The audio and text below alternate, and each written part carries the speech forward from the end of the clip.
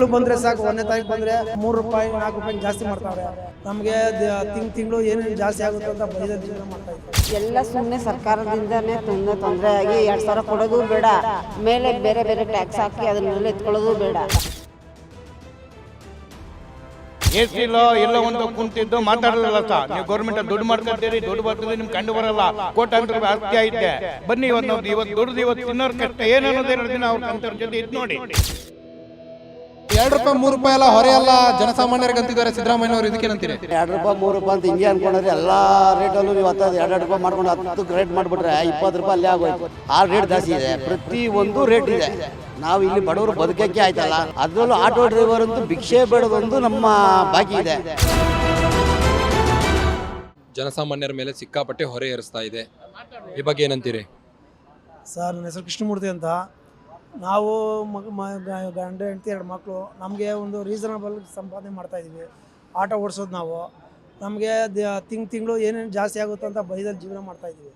ಇವಾಗಲೇ ನೋಡಿರಿ, ಇವಾಗ ಲಾಸ್ಟ್ ಟೈಮ್ಗೆಲ್ಲ ಹೋದ ವಾರದಿಂದ ಹಾಲಿಗೆ 2 ರೂಪಾಯಿ ಜಾಸ್ತಿ ಹೆಚ್ಚು ಮಾಡಿದ್ದಾರೆ. ನಾವು ಡೈಲಿ 42 ರೂಪಾಯಿ 1 ಲೀಟ್ರ್ ಹಾಲು ತೊಗೊತಾ ಇದ್ದೋ, ಇವಾಗ 44 ರೂಪಾಯಿ ಮಾಡಿದ್ದಾರೆ. ಅದು ಬೇರೆ ನಾವು ಹೋಗೋಷ್ಟೊತ್ತಿಗೆ 1 ಲೀಟ್ರ್ ಹಾಲು ಸಿಗೋಲ್ಲ. 1 ಲೀಟ್ರ್ ತೊಗೋಬೇಕಾದ್ರೆ ಅರ್ಧ ಲೀಟ್ರು 2 ಸತಿ 2 ತೊಗೋಬೇಕು. 48 ರೂಪಾಯಿ ಆಗಿದೆ.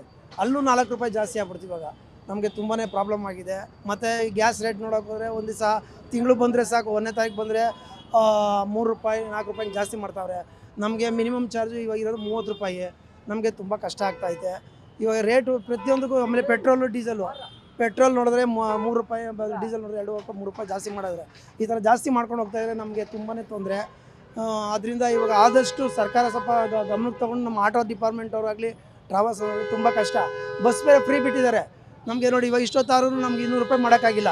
8:15 ಬಂದಿರೋರು ನಾವು. ಇಷ್ಟೊತ್ತಾದ್ರೂ 200 ರೂಪಾಯಿ ಮಾಡಲಿಲ್ಲ ಅಂದರೆ ಮನೆಗೆ ಏನು ತೊಗೊಳೋಣ? ಸಾಯಂಕಾಲ ಗಂಟೆ ನಾವು ದುಡಿದ್ರೂ 1000 ರೂಪಾಯಿ ಮಾಡೋಕ್ಕಾಗಲ್ಲ. ಅದರಲ್ಲೂ ಖಾಲಿ ಸುತ್ತೀವಿ ಬೇರೆ.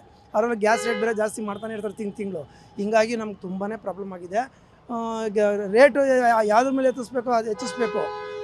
ಹಂಗಾಗಿ ನಾವು ಸಾಮಾನ್ಯ ಜನಗಳ ಮೇಲೆಲ್ಲ ಒತ್ತಡ ಹಾಕಿ ಎಲ್ಲ ರೇಟ್ ಅತಿ ತರಕಾರಿ ನೋಡಿದ್ರೆ ಎಲ್ಲ ಗಗನಗೆ ಏರಿದೆ, ನಿಮಗೆ ಗೊತ್ತು. ಅದರಿಂದ ದಯವಿಟ್ಟು ಯಾವುದು ಎಲ್ಲನೂ ಸ್ವಲ್ಪ ಬಡತನದವ್ರದ್ದು ಯೋಚನೆ ಮಾಡಿ ರೀಸನಬಲ್ ರೇಟ್ ಕೊಟ್ಟು ಹಾಲ್ದು ಏನು ಮಾಡಿವ ನಾವು ತೂಕ ಹಾಕೋಕ್ಕಾಗುತ್ತಾ? 50 ಗ್ರಾಮ್ ಜಾಸ್ತಿ ಮಾಡಿದ್ದೀವಿ ಅಂದರು, 500 ಗ್ರಾಮ್ ಅದೆಷ್ಟು, ಅದನ್ನು ನಾವು ತೂಕ ಹಾಕೊಂಡು ತೊಗೊಂಬರೋಕ್ಕಾಗಲ್ಲ. ಅದು ಮಾಡಿದಾರ ಇಲ್ಲ ಒಂದು ಯಾರಿಗೆ ಗೊತ್ತು? ನಾವು ಕಣ್ಣು ಮುಚ್ಕೊಂಡು ತೊಗೊಂಬರ್ತೀವಿ, ಪ್ಯಾಕೆಟ್ನ ಉಯ್ಕೊತೀವಿ. ಅದು ಒಂದೊಂದು ದಿವಸ ಜಾಸ್ತಿ ಇರುತ್ತೆ, ಒಂದು ಕಮ್ಮಿ ಇರುತ್ತೆ. ಪ್ರತಿಯೊಂದು ನಾವು ಚೆಕ್ ಮಾಡ್ಕೊಂಡಿರೋಕ್ಕಲ್ಲ. ಗ್ಯಾಸು ಅಷ್ಟೇ ತಿಂಗಳು ಜಾಸ್ತಿ ಮಾಡ್ತಾನೆ ಇರ್ತಾರೆ. ನೋಡಿ, ಇವಾಗ ಇಷ್ಟೊತ್ತಾದ್ರೂ ನಮಗೆ ಬಾಡಿಗೆಗಳು ಸಿಗ್ತಾಯಿಲ್ಲ. ಇವರು ಬಸ್ಸು ಫ್ರೀ ಬಿಟ್ಟಾಗಿಂದ ನಾವು ಬಸ್ಗಳು ಒಂದು 30 ರೂಪಾಯಿ ಬಸ್ ಸಿಗ್ತಾಯಿತ್ತು ಮಿನಿಮಮ್ ಚಾರ್ಜ್ ಅವರು ಸಹ ಸಿಗ್ತಾಯಿಲ್ಲ. ಪ್ರತಿಯೊಂದರಲ್ಲೂ ನಮ್ಗೆ ತೊಂದರೆ ಆಗ್ಬಿಟ್ಟಿದೆ. ದಯವಿಟ್ಟು ಸರ್ಕಾರದವರು ಇವಾಗ ನಮ್ಮ ಆಟೋ ಡಿಪಾರ್ಟ್ಮೆಂಟ್ ಆಗಲಿ ಕಾರ್ಬಸ್ ತಲುಪಿದೆ ಅಂತ ಅಂದರೆ ಹೆಂಗಸ್ರಿಗೆ ತಲುಪಿದೆ. ಇಲ್ಲಾಂದ್ರೆ ಕರೆಂಟ್ದು ಫ್ರೀ ಬಿಟ್ಟಿದ್ದಾರೆ. ಆದರೆ ನಮಗೆ ಕರೆಂಟ್ದು ಒಂದು 300-400 ರೂಪಾಯಿ ಬರ್ತಾಯಿತ್ತು, ಆಯ್ತಾ? 300-400 ರೂಪಾಯಿ. ನಾವು ಅದನ್ನು ನೋಡೋಕೆ ಹೋದರೆ ಇವ್ರು ಬೇರೆದ್ರಲ್ಲೆಲ್ಲ ಜಾಸ್ತಿ ನೋಡಿ, ಎಣ್ಣೆ ರೇಟ್ ಜಾಸ್ತಿ, ಆಮೇಲೆ ತರಕಾರಿಗಳೆಲ್ಲ ಜಾಸ್ತಿ. ಈಗ ಹಾಲು ಏಕ್ದಮ್ ಹಾಲು ಜಾಸ್ತಿ ಮಾಡಿದ್ರು, ಈಗ ಪೆಟ್ರೋಲ್ಗಳೆಲ್ಲ ಜಾಸ್ತಿ ಮಾಡಿದ್ರು. ನಮ್ಗೆ ಅದರಲ್ಲೇ ಹೋಗ್ತಾ ಇದೆಯಲ್ಲ. ಈಗ ಗ್ಯಾಸ್ ರೇಟು ಅಷ್ಟೇ, ಪ್ರತಿ ತಿಂಗಳು 2 ರೂಪಾಯಿ 3 ರೂಪಾಯಿ ಜಾಸ್ತಿ ಮಾಡಿದ್ರೆ 47 ರೂಪಾಯಿ ಇತ್ತು, ಇವಾಗ 65 ರೂಪಾಯಿ 60 ರೂಪಾಯಿ ಗಂಟೆ ಆಗಿದೆ. ನಮಗೆ ಎಕ್ಸ್ಟ್ರಾ ಮೈಲೇಜ್ ಕೊಡುತ್ತಾ ನಮ್ಮ ಗಾಡಿ? ನೀನು 100 ರೂಪಾಯಿ ಆದರೂ ನಾವು ಹಾಕ್ಸ್ಕೊಳ್ಳೇಬೇಕು, 30 ರೂಪಾಯಿ ಆದರೂ ಹಾಕ್ಸ್ಕೊಳ್ಳೇಬೇಕು. ನಮಗೆ ಫ್ರೀ ಬಿಟ್ಟಾಗಿಂದ ತುಂಬಾ ತೊಂದರೆ ಆಟೋದವ್ರಿಗೆ. ಅದು ಸಿಟಿ ಲಿಮಿಟಲ್ಲಿರೋದಂದ್ರೆ ಭಯಂಕರ ಲಾಸ್ ಆಗಿದೆ. ಆಟೋದವ್ರಿಗಂತೂ ಭಯಂಕರ ಅಂದರೆ ಅಷ್ಟಿಷ್ಟಿಲ್ಲ. ಅವರು ಹೇಳ್ಕೊಳಕ್ಕಾಗ್ದಿರಾ? ಯಾಕಂದರೆ ನಾವು ಸ್ಟ್ರೈಕು ಅಂತ ಹೋಯ್ತೀವಿ, ಒಂದು ದಿನ ನಮ್ಗೆ ಹೋದರೆ 1000 ರೂಪಾಯಿ ಲಾಸು. ಯಾರು ಕೊಡ್ತಾರೆ ಸ್ಟ್ರೈಕ್ ಅಂತ ಮಾಡೋಕೆ ಹೋದರೆ? ಅದಕ್ಕೆ ನಾವು ಹೆಂಗಿರೋ ಜೀವನ ಮಾಡಬೇಕು, ಕಷ್ಟ ಸುಖನೋ ಜೀವನ ಮಾಡ್ತಾಯಿದ್ದೀವಿ ಸರ್. ತುಂಬಾ ತೊಂದರೆ ಆಗಿದೆ ಮಾತ್ರ. ಅದು ಮಾಡೋದು ಅಂತ ಹೇಳ್ತಾರೆ. ಈಗ ಬರ್ತಾನೆ ಯಾವನೋ ಒಬ್ಬ ಒಂದು 100 ರೂಪಾಯಿ 200 ರೂಪಾಯಿ ಕಲೆಕ್ಷನಲ್ಲಿ ಗಾಡಿ ಕೊಡ್ತಾರೆ. ಅವ್ರಿಗೆ ಒಂದು 500 ರೂಪಾಯಿ ಕೊಟ್ಟರೆ ದಿನ 24 ಅವರ್ಸ್ಗೆ ಎಲ್ಲ ಹೊಡ್ಕೋಯ್ತಾನೆ. ಮಧ್ಯದ ಎಲ್ಲ ರಾಬರಿ ಮಾಡ್ದ, ಮತ್ತೊಂದು ಮಾಡ್ದ, ಇಲ್ಲ ಒಂದು ಆಕ್ಸಿಡೆಂಟ್ ಆಯಿತು, ಅವ್ರಿಗೆ ಇನ್ಸೂರೆನ್ಸ್ ಕ್ಲಿಯರ್ ಆಗುತ್ತಾ? ಇಲ್ಲ. ಬ್ಯಾಕ್ ಸೈಡ್ ಕುಂತಾರೆ ಇನ್ಸೂರೆನ್ಸ್ ಕ್ಲಿಯರ್ ಆಗುತ್ತಾ? ಒಂದು ಹೆಲ್ಮೆಟು ಇರಲ್ಲ ಅದರಲ್ಲಿ. ಒಂದು ನಾವೇನಾದ್ರು ರೂಲ್ಸ್ ಬಗ್ಗೆ ನಾವು ಇನ್ಸೂರೆನ್ಸ್ ಕಟ್ತೀವಿ, FC ಮಾಡ್ತೀವಿ, ಪ್ರತಿಯೊಂದು ಮಾಡಿಸ್ತೀವಿ. ಅದೆಲ್ಲ ನಾವು ಕೇಳೋಕೆ ಹೋದರೆ ನಮಗೆ ಗೌರ್ಮೆಂಟೇ ಕೊಟ್ಟಾಯ್ತಪ್ಪ ಅಂತ ಹೇಳ್ತಾರೆ. ಇವು ಗೌರ್ಮೆಂಟವ್ರು ನೋಡಿದ್ರೆ ನಾವು ಬ್ಯಾನ್ ಮಾಡೀವಿ ಅಂತಾರೆ. ಏನು ಬ್ಯಾನ್ ಮಾಡಿದ್ದಾರೆ ಸರ್? ಒಂದು ಆಕ್ಸಿಡೆಂಟ್ ಆದರೆ ಅವ್ನಿಗೆ ಇನ್ಸೂರೆನ್ಸು ಕ್ಲಿಯರ್ ಆಗಲ್ಲ, ವಿದೌಟ್ ಹೆಲ್ಮೆಟು ಎಲ್ಲಿ ಬೇಕಾದ್ರೆ ಅಲ್ಲಿ ಗಾಡಿ ನಿಲ್ಸಿರ್ತಾರೆ. ಅದ್ರಲ್ಲಿ ಈಗ ನಾವೆಲ್ಲ ಕಟ್ಕೊಂಡು ನಾವು ಜೀವನ ಮಾಡೋಕ್ಕೆ 500 ರೂಪಾಯಿ ದುಡ್ಡು ಕಷ್ಟ ಆಯ್ತದೆ. ಇವಕ್ಕೆಲ್ಲ ಕೊಟ್ಬಿಟ್ಬಿಟ್ರೆ ಇನ್ನೆಲ್ಲ ಹೋಗುತ್ತೆ? ಈ ಕಡೆ ಬಸ್ ಫ್ರೀ, ಈ ಕಡೆ ಇವ್ರ ಕಾಟ, ಈ ಕಡೆ ಮತ್ತೊಂದು ದಿನ ಬೆಳಗ್ಗೆ ವಸ್ತು ಎಲ್ಲ ಏರ್ತಾನೆ ಇವೆ. ಜೀವನ ಸಾಕ್ಬೇಕಾದ್ರೆ ಕಷ್ಟ. ನೋಡಿ, ನನಗೆ ಇಲ್ಲಿ ಬಂದು ಈ ಡಿಪಾರ್ಟ್ಮೆಂಟಲ್ಲಿ 35 ವರ್ಷ ಸರ್ವಿಸ್ ಸರ್. ನನಗೆ ಇವತ್ತು ನಾನು 1.5 ಲಕ್ಷ ಸಾಲ ಮಾಡ್ಕೊ ಕುಂತೀನಿ. ಮಕ್ಕಳು ಓದಿಸೋಕ್ಕೆ ಸಲುವಾಗಿ ಬಂದಿರೋದು ನಾವು ಅನ್ಪಡು, ನಾವು ಓದಿಲ್ಲ ಬರೋದಿಲ್ಲ. ಆದ್ದರಿಂದ ನಾವು ಇದಕ್ಕೆ ಬಂದಿದ್ದೀವಿ. ಆದರೂ ಅಂತಂದ್ರೆ ಗೌರ್ಮೆಂಟ್ ಈ ಥರ ಮಾಡ್ಕೊ ಕುಂತ್ಕೊಂಡ್ರೆ, ಹೊಟ್ಟೆ ಮೇಲೆ ಹೊಡ್ಕೊ ಕುಂತ್ಕೊಂಡ್ರೆ ನಮ್ಮಂಥ ಮಧ್ಯಮ ವರ್ಗ ಜನ ಏನು ಜೀವನ ಸಾಕೋಕ್ಕಾಗುತ್ತೆ? ದುಡಿದು 500 ರೂಪಾಯಿ ಕೂಲಿ, ಮನೆಗೆ ಹೋಗೋಷ್ಟೊಳಗೆ 100 ರೂಪಾಯಿ ಉಳಿಯಲ್ಲ ಸರ್. ಮನೆಗೆ ಹೋಗೋಷ್ಟೊಳಗೆ ನಮ್ಗೆ 100 ರೂಪಾಯಿ ಉಳಿಯಲ್ಲ. ಇವತ್ತು 500 ರೂಪಾಯಿ ನೋಡಿ, ಗಂಟೆ ಒಂದು ಗಾಡಿ ಹೋಗ್ತಾವೆ ಇಲ್ಲಿ ಲೈನಲ್ಲಿ ಹೋಗೋ ನಾವು ಲೋಕಲ್ಲು ಇಂಡಸ್ಟ್ರಿಯಲ್ ಏರಿಯಾ ಇವಕ್ಕೆಲ್ಲ. ಇವತ್ತು ಬೆಳಗ್ಗೆ 10 ಗಂಟೆ 500-600 ರೂಪಾಯಿ ದುಡಿದ್ರೆ ಒಂದು 200 ರೂಪಾಯಿ 250 ರೂಪಾಯಿ ಗ್ಯಾಸ್ಗೆ ಹೋಗುತ್ತೆ, ಒಂದು 50-100 ರೂಪಾಯಿ ನಮ್ಮ ಖರ್ಚು ಹೋಗುತ್ತೆ, ಟೀ ಕಾಫಿ ಅದು ಇದು ಅನ್ಕೊಂಡಿದ್ದ. ಇನ್ನು 200 ರೂಪಾಯಿ ಏನು ಜೀವನ ಸಾಕೋದು? ಈ ದಿನ ಬಳಕೆ ವಸ್ತು ನೋಡಿದ್ರೆ ಪ್ರತಿಯೊಂದು ದಿನಕ್ಕೊಂದೊಂದು ಏರಿಸ್ಕೊ ಹೋಗ್ತಾನೆ ಅವರೇ. ಒಂದು ಒಳ್ಳೆ ಸೌಕರ್ಯ ಮಾಡಿಲ್ಲ, ಇಲ್ಲ ಒಂದು ಇಂಪ್ರೂವ್ಮೆಂಟ್ ಕೆಲಸ ಮಾಡಿಲ್ಲ, ಏನಿಲ್ಲ. ಬರೀ ನಾನು ಅದು ಮಾಡಿದೆ ಇದು ಮಾಡಿದೆ, ಇಷ್ಟೇ ಕೆಲಸ ಗೌರ್ಮೆಂಟ್ದು ಸಹ. ಬಟ್ ಸಿದ್ದರಾಮಯ್ಯನವ್ರು ಹೇಳ್ಕೊತಿದ್ದಾರೆ ಏನು ಈ ಬೆಲೆ ಏರಿಕೆಯಿಂದ ಜನಸಾಮಾನ್ಯರಿಗೆ ಅಷ್ಟೊಂದೇನು ಹೊರೆ ಆಗೋದಿಲ್ಲ ಅಂತ. ಏನು ಹೊರೆಯಾಗಿಲ್ಲ ಅಂದರೆ ಅವ್ರಿಗೆ ಅಮೌಂಟ್ ಇದೆ, ಹಣ ಇದೆ, ಆಸ್ತಿ ಇದೆ, ಅಂಥವ್ರಿಗೆ ಅನ್ಕೋಲ್ಲ. ಅವ್ರಿಗೇನು ಕಣ್ಣು ಕಾಣಲ್ಲ.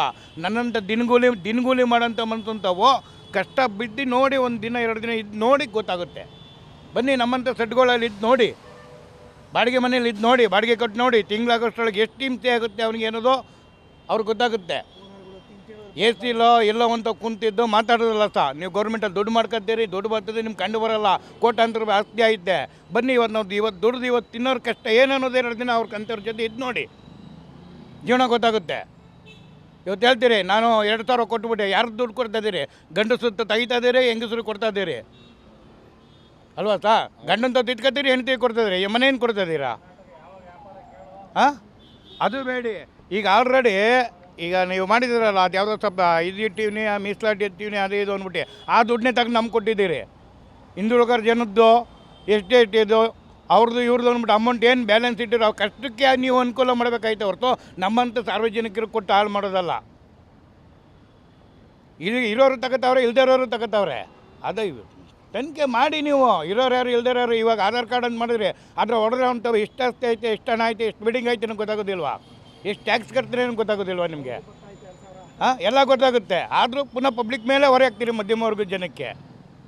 2 ದಿನ ನಮ್ಮಂಥ ಬಡವರು ಕೂಲಿ ಮಾಡೋರ ಜೊತೆ ಇದ್ದು ಆ ಕಷ್ಟ ಸೊಳ್ಳೆ ಕೈಲಿ ಕಡಿಸ್ಕೊಂಡು ಜೀವನ ಸಾಕು ನೋಡಿದ್ರೆ ಗೊತ್ತಾಗಿರ್ತದೆ. Thank you sir. Thanks sir. 5 free ಭಾಗ್ಯಗಳಲ್ಲಿ ಯಾವ್ದು ತಲುಪಿದೆ, ಯಾವ್ದು ತಲುಪಿದೆ? ಅದೇ ಗೃಹಲಕ್ಷ್ಮಿದು ಬಂದಿದೆ, ಆಮೇಲೆ ಇದು ವಿದ್ಯುತ್ ಅದು ಅದೇ ಈಗ ಗೃಹಲಕ್ಷ್ಮಿ ಈಗ ಬಂದಾಗಿದೆ ಅಂತ ಹೇಳ್ತಿದಾರಲ್ಲ. ಅದೇ ಸರ್ ಬಂದಾಗಿದೆ ಅಂತ ಹೇಳ್ತಿದ್ದಾರೆ. ನಾವು ನ್ಯೂಸಲ್ಲೆಲ್ಲ ನೋಡ್ತೀವಿ.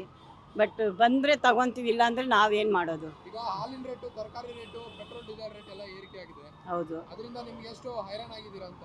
ಹೌದು ಸರ್. ಹಾಲಿನ ರೇಟ್ ಎಲ್ಲ ಜಾಸ್ತಿ ಆಗಿರೋದ್ರಿಂದ ಸ್ವಲ್ಪ ಕಷ್ಟನೇ. ಅಂದರೆ ಮಧ್ಯಮ ವರ್ಗದವ್ರಿಗೆ ಸ್ವಲ್ಪ ಕಷ್ಟನೇ. ನಿಮ್ಗೆ ಏನೇನು ಸಮಸ್ಯೆಗಳಾಗಿದ್ದಾವೆ ಹೇಳಿ. ಸಮಸ್ಯೆಗಳು ಅಂದರೆ ಅದೇ ಸರ್, ಬೆಲೆ ಏರಿಕೆಯಿಂದ ಇನ್ನೇನು ಸಮಸ್ಯೆ ಸರ್, ಎಲ್ಲ ಸಮಸ್ಯೆ. ಯೋಜನೆ ಅಡಿ ನಿಮಗೆ ಬರ್ತಾ ಇದೆಯಾ 2000 ಹಣ ಮನೆಗೆ? ಇಲ್ಲ ಸರ್, ಬರ್ತಾ ಇಲ್ಲ. ಅಲ್ಲ 3 ತಿಂಗಳಾಯ್ತು ಬಂದಿಲ್ಲ. ಅದೇ ಹೇಳಿ, ಏನೇನು ಸಮಸ್ಯೆ ಆಗಿದೆ ನಿಮಗೆ? 2000 ರೂಪಾಯಿ ಬರ್ತಾ ಇದೆ? ಇಲ್ಲ ಬಂದಿಲ್ಲ. ಅಲ್ಲ 3 ತಿಂಗಳು ಅಲ್ಲ 3 ತಿಂಗಳಾಯ್ತು ಸರ್, ಬಂದಿಲ್ಲ. 3 ತಿಂಗಳಿಂದ ಬಂದೇ ಇಲ್ಲ. ಅಂದರೆ ಹಾಲ್ ರೇಟ್ ಜಾಸ್ತಿ ಮಾಡಿದಾರಲ್ಲ, ಏನಂತ ಮಾಡ್ಯಾರಂತ ಹಳ್ಳಿ ಕಡೆ, ನಾನು ಇಲ್ಲಿರೋದು ಗೊತ್ತಿಲ್ಲ. ಇಲ್ಲಿ ರೇಟ್ ಜಾಸ್ತಿ ಐತೆ. ಅಲ್ಲಿ ದನಗಳು ಸಾಕ್ಕೊಂಡು ಇದು ಮಾಡೋರಿಗೆ, ಸಾಕೋರಿಗೆ, ಕರ್ದ ಹಾಲು ಹಾಕೋರಿಗೆಲ್ಲ 2 ರೂಪಾಯಿ ಕಮ್ಮಿ ಮಾಡ್ಯಾರಂತೆ ಹಳ್ಳಿ ಕಡೆ. ಇಲ್ಲ, ಇಲ್ಲಿ ಏನೋ ಜಾಸ್ತಿ ಮಾಡ್ಯಾರ. ಅಲ್ಲಿ ಸಿಟಿಲಿ ನಾವು ಕೊಂಡ್ಕೊಳ್ಳೋದಕ್ಕೆ ಅದೇ ಹಾಲು ಕರ್ದು ಹಾಕೋರಿಗೆ 2 ರೂಪಾಯಿ ಕಡಿಮೆ ಮಾಡ್ಯಾರಂತೆ. ನಮ್ಗೆ ಹಾಂ, ತರಕಾರಿ ರೇಟ್ ಎಲ್ಲ ಜಾಸ್ತಿ ಐತೆ. ಏನು ಮಾಡೋದು ಸರ್? 5 ಗ್ಯಾರಂಟಿ ಅಂತಾರಲ್ಲ. ಹಾಂ, 5 ಗ್ಯಾರಂಟಿ ಅಂತಾರಲ್ಲಮ್ಮ. ಏನೋ ಗೊತ್ತಿಲ್ಲ ಸರ್. ಇಲ್ಲ ಬಿಡಿ, ಥ್ಯಾಂಕ್ ಯು ಮೇಡಮ್. ನಮಸ್ಕಾರ. ಈ ನಾಡಿನ ಮುಖ್ಯಮಂತ್ರಿ ಸಿದ್ದರಾಮಣ್ಣವ್ರಿಗೆ. ಅಣ್ಣ, ನೀವು ಗೃಹಲಕ್ಷ್ಮಿ ಯೋಜನೆ ಅಂತ ಹೇಳಿದ್ರಿ, 3 ತಿಂಗಳಾಗಿದೆ ಅಕ್ಕಿ ದುಡ್ಡು ಬಂದು, ಬಡವ್ರಿಗೆ ಬರ್ತಾಯಿಲ್ಲ. 2000 ರೂಪಾಯಿ ದುಡ್ಡು ಅಂತ ಹೇಳಿದ್ದೀರಾ, ಅದು 3 ತಿಂಗಳಾಗಿದೆ ಬಂದಿಲ್ಲ.